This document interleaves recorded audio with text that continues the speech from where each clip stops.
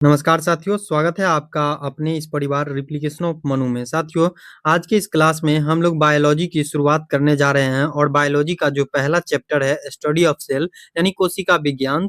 इस चैप्टर से जितने भी क्वेश्चंस बन सकेंगे 100, 150, 200 जितने भी क्वेश्चंस बनेंगे वो सभी को आप सभी के समक्ष मैं डिस्कस करा दूंगा वीडियोज वाइज। हाँ, ये पहला वीडियो होगा, फिर दूसरा वीडियो, फिर तीसरा वीडियो, इस तरीके से कर कर के जो है 25, 30, 50 इस तरीके से हर एक क्लास में करके जो है आप सभी के बीच जो है इस चैप्टर को हम समाप्त करेंगे। ठीक है, तो साथियों आज के इस पहले बायो के चैप्टर की शुरुआत करते हैं और इसका नाम है स्टडी ऑफ सेल। उससे पहले आप सभी से एक छोटा सा प्यारा सा निवेदन है, अगर आप लोग चैनल पे नए आए होंगे, पहली बार आए होंगे तो चैनल को भी सब्सक्राइब कीजिएगा ताकि आगे भी जो है सब्सक्राइब करके बेल आइकन को हिट कीजिएगा ताकि आगे जो है आपको क्वेश्चंस का जब वीडियो लाइव हो तो आप सभी के बीच जो है नोटिफिकेशन चला जाए और आप सभी को जानकारी मिल जाए कि हाँ क्लास शुरू हो चुकी है। चलिए आज की इस क्लास की शुरुआत करते हैं।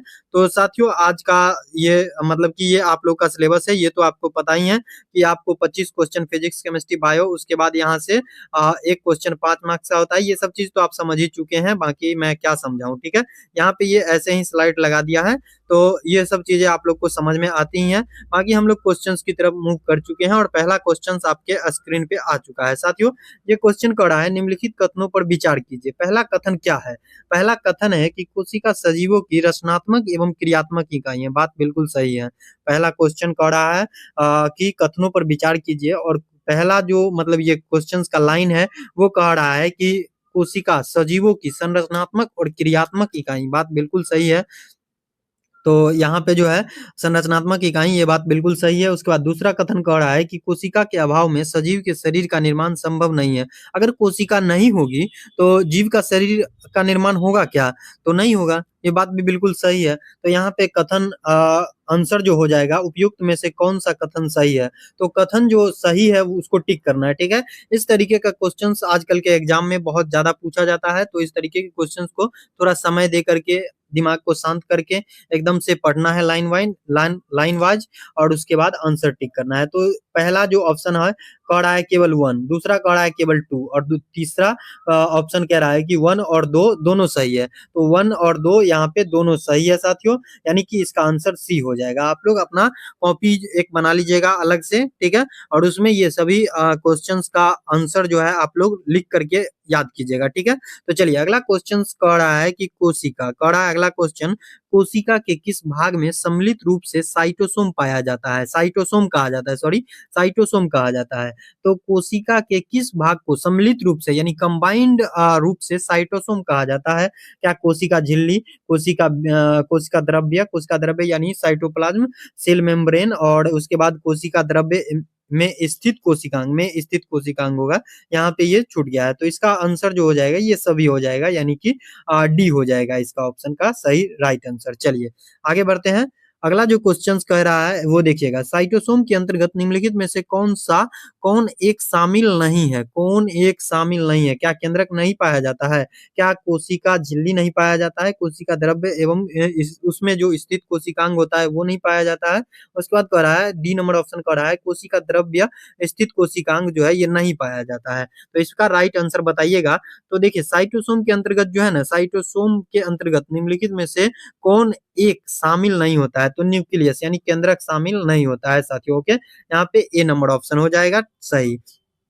चलिए अगला क्वेश्चन आ चुका है और अगला क्वेश्चन कह रहा है कोशिका द्रव्य में स्थित जीवित संरचनाएं यानी लिविंग जो स्ट्रक्चर होती है जिनमें बढ़ने तथा विभाजन करने की यानी जो ग्रोथ करता है एवं डिवीजन करता है यानी कि विभाजन करने की क्षमता होती है, उसे क्या कहते हैं? ऑर्गेनॉइड्स कहते हैं, मेटाप्लास्ट कहते हैं, एर्गेस्टोप्लाज्म कहते हैं, जीव द्रव्य तंतु कहते हैं। तो बताइए तो इसका राइट आंसर क्या हो जाएगा? तो इसे ऑर्गेनॉइड्स कहते हैं साथियों। क्या? ऑर्गेनॉइड्स। ओके, आप लोग पढ़े होंगे थ्योरी क्लास में, ऑर्गेनॉइड्स कहते हैं इसको। ओके, चलिए आगे बढ़ते हैं और अगला क्वेश्चन कह रहा है कि निम्नलिखित में से कौन सी कोशिका रचना जो है ऑर्गेनॉइड्स नहीं है? ऑर्गेनॉइड्स के अंतर्गत कौन कौन सी कोशिकीय रचना जो है, संरचना जो है वो नहीं आती है ऑर्गेनॉइड्स के अंतर्गत? तो ऑर्गेनॉइड्स के अंतर्गत जो है ये आपको नहीं आता है। क्या नहीं आता है? तो ये वैक्यूल्स जो होता है रसधानी, ये नहीं पाया जाता है ऑर्गेनोइड्स में जो है रसधानी नहीं पाया जाता है, वैक्यूल्स। बाकी सेंट्रोसोम, राइबोसोम, माइटोकॉन्ड्रिया ये सब पाया जाता है, ठीक है। अगला क्वेश्चन की तरफ मूव करते हैं हम लोग और अगला क्वेश्चन आ चुका है। देखिए साथियों, क्वेश्चन कह रहा है निम्नलिखित में से कौन एक सही कथन है। यहाँ पे कथन छूट गया है क्वेश्चन में। कथन है, सही नहीं है, सॉरी सही नहीं है, यानी कि कौन एक सही नहीं है, यानी गलत कथन को चुनना है क्या, गलत कथन को चुनना है क्या, गलत कथन को चुनना है। कह रहा है कोशिका का आकार एवं आकृति उसके कार्य के अनुरूप होता है। तो क्या कोशिका का आकार और आकृति जो है ये कोशिका के आकार एवं आकृति जो है साथियों क्या होता है, कोशिका का आकार एवं आकृति जो है उसके कार्य के अनुरूप होता है। तो बिल्कुल सही बात है कि कोशिका का जो आकार होता है वो उसके कार्य यानी कि वर्क पे निर्भर करता है। उसके बाद बी नंबर ऑप्शन कह रहा है कोशिकाओं की संख्या जीव के शरीर के आकार पर भी निर्भर करता है। बात बिल्कुल सही है। कह रहा है अलग अलग रचना और अलग अलग कार्य करने वाले कोशिकाओं का समूह ऊतक कहलाता है। नहीं, ऐसा कुछ नहीं है, एक जैसा इसका आंसर हो जाएगा राइट, ये राइट हो जाएगा, सी नंबर ऑप्शन राइट हो जाएगा। एक तरह के कोशिकाओं का मिल करके काम करना ही ऊतक कहलाता है, ठीक है। तो ये इसका राइट आंसर हो जाएगा। बाकी कोशिकाएं अलग अलग आकार की होती है, बिल्कुल सही बात है। ये जो है कोशिका जो है, कोशिका अलग अलग आकार यानी ये जो शेप होता है ये कोशिकाएं अलग अलग आकार की होती है, सभी का आकार अलग होता है। यानी राइट आंसर जो है इसका गलत वाला ऑप्शन जो है ये सी नंबर है, ठीक है। यानी ये गलत बात है, बिल्कुल गलत बात है ये, और इसका आंसर यही हो जाएगा, ठीक है। चलिए आगे बढ़ते हैं और अगला क्वेश्चन यहाँ पे आ चुका है हम लोग के बीच। देखिए, तरल मोजाइक मॉडल के संबंध में निम्नलिखित कथनों पर विचार कीजिए। कह रहा है तरल मोजाइक मॉडल जो दिया था सिंगर एवं निकोलसन नामक वैज्ञानिक ने दिया था इसे, और इस मॉडल का जो कथन था वो क्या था ये आपसे पूछ रहा है। कह रहा है कि यह मॉडल जो है कोशिका झिल्ली के संरचना को बताता है। जी हाँ, बिल्कुल सही बात है। ये जो मॉडल है ये कोशिका झिल्ली के संरचना को बताता है, बिल्कुल सही बात है। यह मॉडल जो है 1972 में जो है सिंगर एवं निकोलसन नामक दो वैज्ञानिक ने प्रस्तुत किया, बिल्कुल सही बात है। उसके बाद इस मॉडल के अनुसार कोशिका झिल्ली के संरचना में दो फॉस्फोलिपिड अणुओं के परतों के बीच बीच में गोलाकार प्रोटीन पाया जाता है, गोलाकार प्रोटीन रहता है। तो ये भी बिल्कुल सही बात है, रहता है, ठीक है, ये भी बिल्कुल सही बात है। तो अब क्वेश्चंस क्या हमसे डिमांड कर रहा है, कह रहा है उपयुक्त में से कौन सा कथन सही है। यानी ये तीनों क्वेश्चंस सही है, तीनों जो हमें लाइन दिया गया है ये तीनों लाइन सही है। तो इसका राइट आंसर हो जाएगा 1, 2 और 3, यानी तीनों, ठीक है।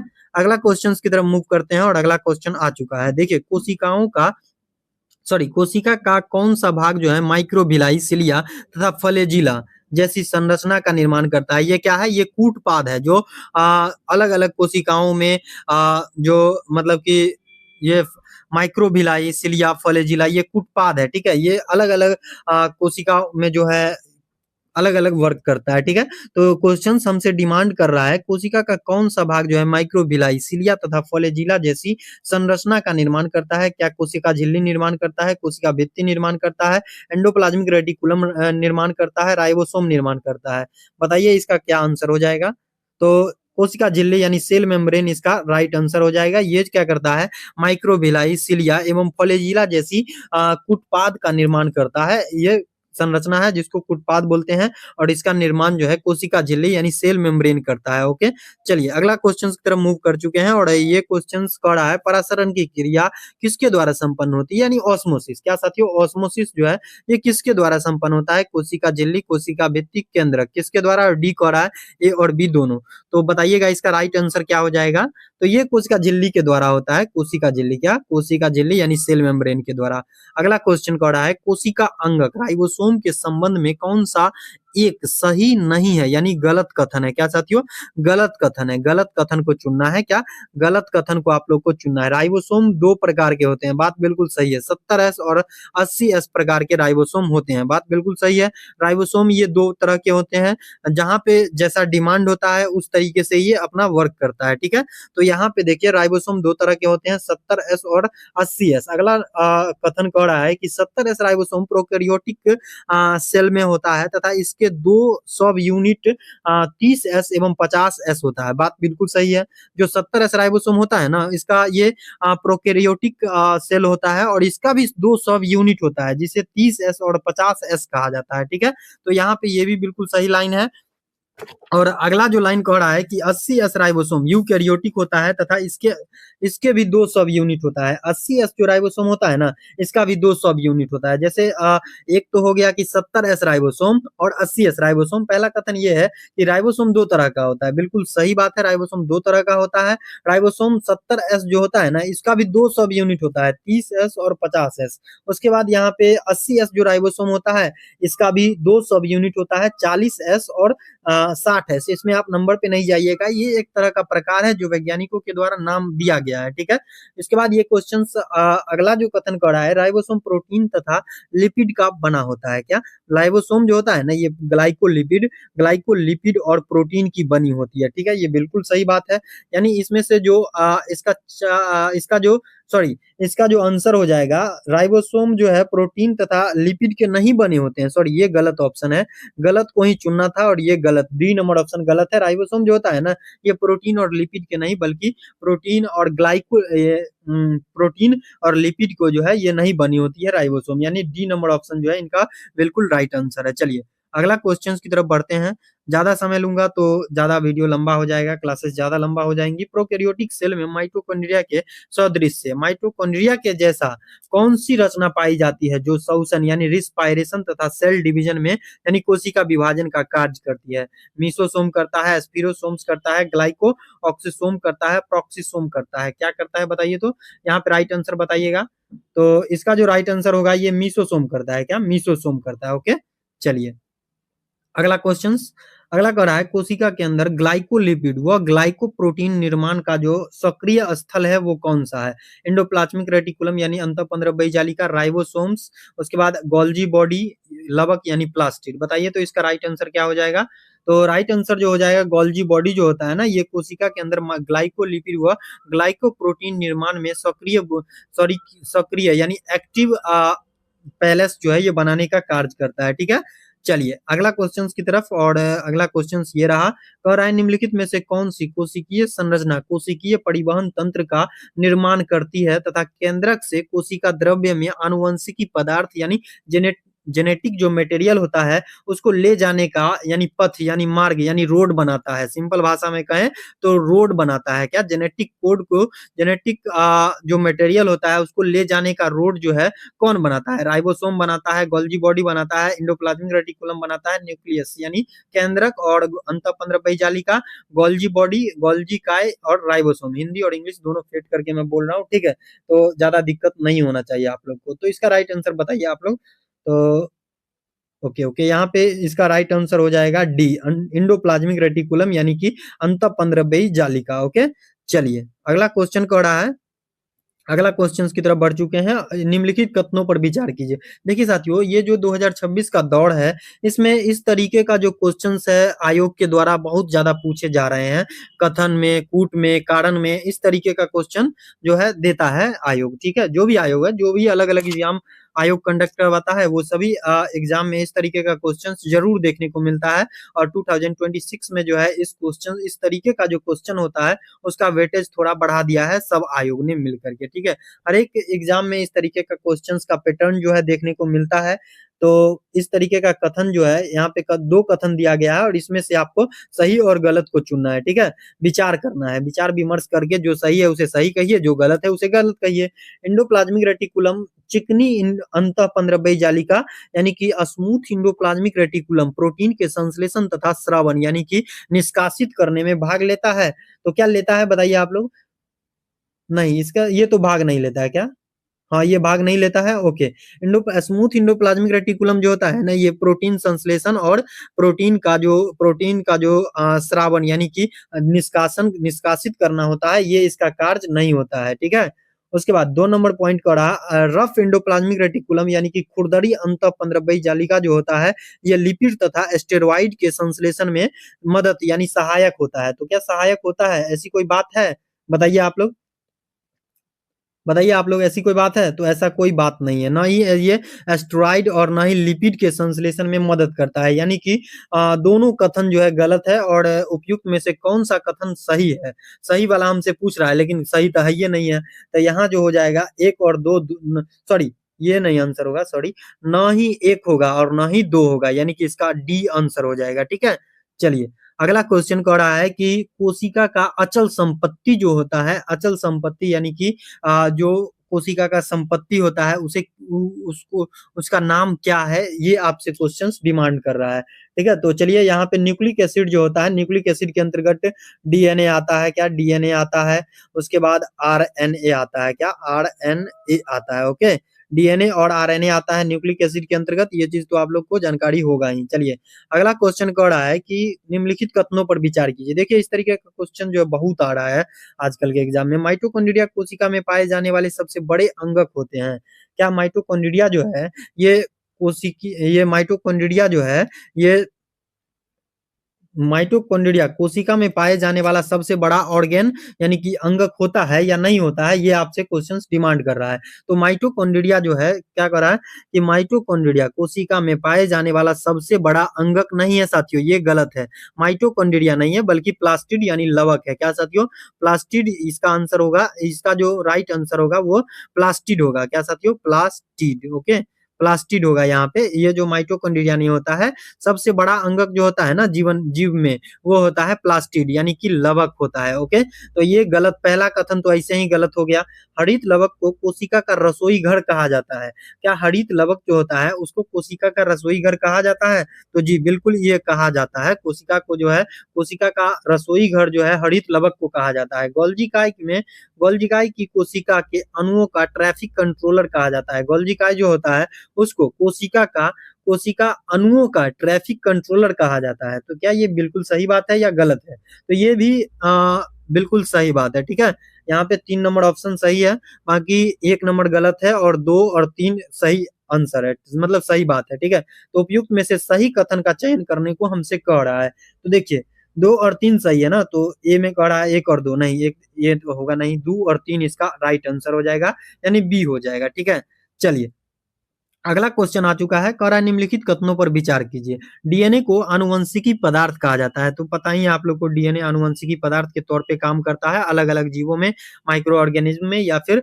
एक कोशिकीय जीव या फिर बहुकोशिकीय जीव। ये डिपेंड करता है कि क्वेश्चन हमसे डिमांड क्या कर रहा है। ठीक है, तो यहाँ पे जीन को आनुवंशिकी इकाई कहा जाता है, बिल्कुल सही बात है। 1 और 2 दोनों सही कथन है। तो क्वेश्चन जो हमसे डिमांड कर रहा है उपयुक्त में से कौन सा कथन सही है, तो सही वाला को टिक करना है आपको। तो 1 और 2 दोनों ना सही है, तो इसका राइट आंसर हो जाएगा सी। ठीक है, सी इसका राइट आंसर हो जाएगा। चलिए अगला क्वेश्चन कह रहा है कि देखिए साथियों, कोशिका के अंदर निम्नलिखित में से कौन सा कार्य गोल्जिकाई द्वारा नहीं किया जाता है? तो यहाँ पे देखिए कह रहा है कि निम्नलिखित में से कोशिका के अंदर निम्नलिखित में से कौन सा कार्य जो है गोल्जी बॉडी यानी गोल्जिकाई यानी गोल्जी बॉडी, गोल्जिकाई यानी गोल्जी बॉडी द्वारा नहीं किया जाता है। ठीक है, तो ये ना ही तो पैकेजिंग करता है, संवेष्टन यानी पैकेजिंग, संग्रहण यानी स्टोरेज, और ना ही इसको सेक्रेशन, सेक्रेशन भी नहीं करता है, अंतःकोशिकीय पाचन भी नहीं करता है। इसका आंसर डी होगा, सॉरी ये इसका आंसर जो है नहीं किया जाता है, तो इसका आंसर जो है अंतःकोशिकीय पाचन जो है ये तो तीनों करवे करता है, ये भी करता है पैकेजिंग, संग्रहण यानी स्टोरेज, और सेक्रेशन भी करता है। बाकी ये जो है आप लोग को ये नहीं करता है, यानी कोशिका का जो गोल्जी बॉडी होता है वो अंतःकोशिकीय पाचन यानी एक्सटर्नल सेल्यूलर डाइजेशन जो होता है ये नहीं करता है। इसका राइट आंसर ए हो, सॉरी डी हो जाएगा। ठीक है, डी हो जाएगा। अंतःकोशिकीय पाचन यानी कोशिकीय पाचन जो है इंटरनल सेल्यूलर डाइजेशन जो है ये नहीं करता है गोल्जी बॉडी। ठीक है, अगला क्वेश्चन कर रहा है निम्नलिखित में से कौन सा विकल्प सही सुमेलित नहीं है, यानी कि गलत, एकदम गलत है। ये एक भाग दिए हुआ है और ये एक भाग दिया है, और ये दोनों आपस में एक दूसरे से कनेक्टेड है। और ये कौन पूछ रहा है आपसे कि चारों में से कौन जो है एक दूसरे से कनेक्टेड नहीं है? तो कोशिका का पावर हाउस माइटोकॉन्ड्रिया को कहा जाता है, बात बिल्कुल सही है। सबसे बड़ा कोशिका अंगक लवक यानी प्लास्टिड होता है, बात सही है। पीछे के क्वेश्चंस में देखें ना अभी आप, आत्महत्या की थैली जो है लाइसोसोम को कहा जाता है, बात सही है। तो ना ए होगा ना बी होगा, तो आंसर क्या होगा, डी होगा डायरेक्ट। आप गलत वाला को चुनना है। ये स्फीरोसोम जो है पैलेट कण नहीं होता है बल्कि राइबोसोम होता है। क्या साथियों, राइबोसोम होता है। ठीक है, राइबोसोम होता है। ओके, चलिए अगला क्वेश्चन कह रहा है साथियों कि निम्नलिखित में से कौन सा अर्ध स्वायत्त कोशिकांग है, यानी आधा कोशिकांग है? हरित लवक, माइटोकॉन्ड्रिया, इनमें से कोई नहीं, और ए और बी दोनों। तो देखिए इसमें से कह रहा है कि अर्ध स्वायत्त कोशिकांग। तो अर्ध स्वायत्त कोशिकांग जो होता है ना, ये हरित लवक और उसके बाद माइटोकॉन्ड्रिया होता है। इसका राइट आंसर ए और बी दोनों हो जाएगा, यानी सी इसका राइट आंसर हो जाएगा। ठीक है, चलिए अगला क्वेश्चन कह रहा है कि प्रोकैरियोटिक सेल में, प्रोकैरियोटिक कोशिका में कोशिका अंगक का अभाव रहता है। कौन सा कोशिका अंगक जो है प्रोकैरियोटिक सेल में नहीं पाया जाता है? क्या गोल्जी बॉडी नहीं पाया जाता है? क्या माइटोकॉन्ड्रिया नहीं पाया जाता है? एंडोप्लाज्मिक रेटिकुलम नहीं पाया जाता है? हरित लवक और डीएनए एवं आरएनए नहीं पाया जाता है? बताइए तो कौन नहीं पाया जाता है? तो देखिए इस क्वेश्चन पे थोड़ा टाइम देना होगा आप लोग को, थोड़ा केयरफुली पढ़ना है, उसके बाद जवाब देना है। पीछे हमने बताया ना कि कूट कारण कथन निष्कर्ष से जो है क्वेश्चंस जो है देखने को 2026 में मिल रहा है और काफी ज्यादा मिल रहा है। तो इसी टाइप पे हम लोगों ने क्वेश्चंस को सेट किया है। चलिए, तो इसका राइट आंसर जो होगा साथियों, कह रहा है कि प्रोकैरियोटिक सेल में किस कोशिका अंगक का अभाव रहता है, यानी पाया नहीं जाता है। तो इसमें ना साथियों ये जो है आप लोग को क्या आंसर हो जाएगा, ना ही गोल्जी बॉडी पाया जाता है प्रोकैरियोटिक सेल में, ना ही गोल्जी बॉडी पाया जाता है, ना ही माइटोकॉन्ड्रिया पाया जाता है, ना ही हरित लवक पाया जाता है, ना ही जो है एंडोप्लाज्मिक रेटिकुलम पाया जाता है, और ना ही जो है डीएनए एवं आरएनए पाया जाता है। इनमें से कोई नहीं पाया जाता है। सॉरी, डीएनए एवं आरएनए पाया जाता है। क्या साथियों, डीएनए एवं आरएनए पाया जाता है, ये हो जाएगा इसका।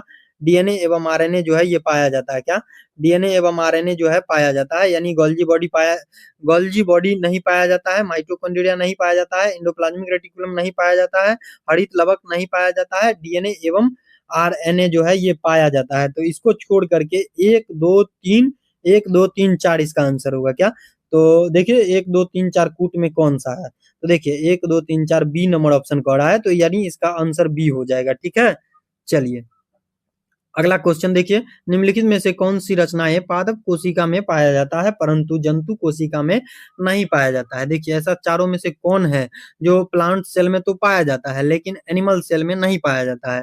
तो ये जो हो जाएगा साथियों, ये कौन हो जाएगा? प्लांट सेल में जो है, प्लांट सेल में पाए जाते हैं लेकिन एनिमल सेल में जो है नहीं पाया जाता है। तो ये हो जाएगा लवक भी नहीं पाया। प्लांट सेल में पाया जाता है और एनिमल सेल में नहीं पाया जाता है।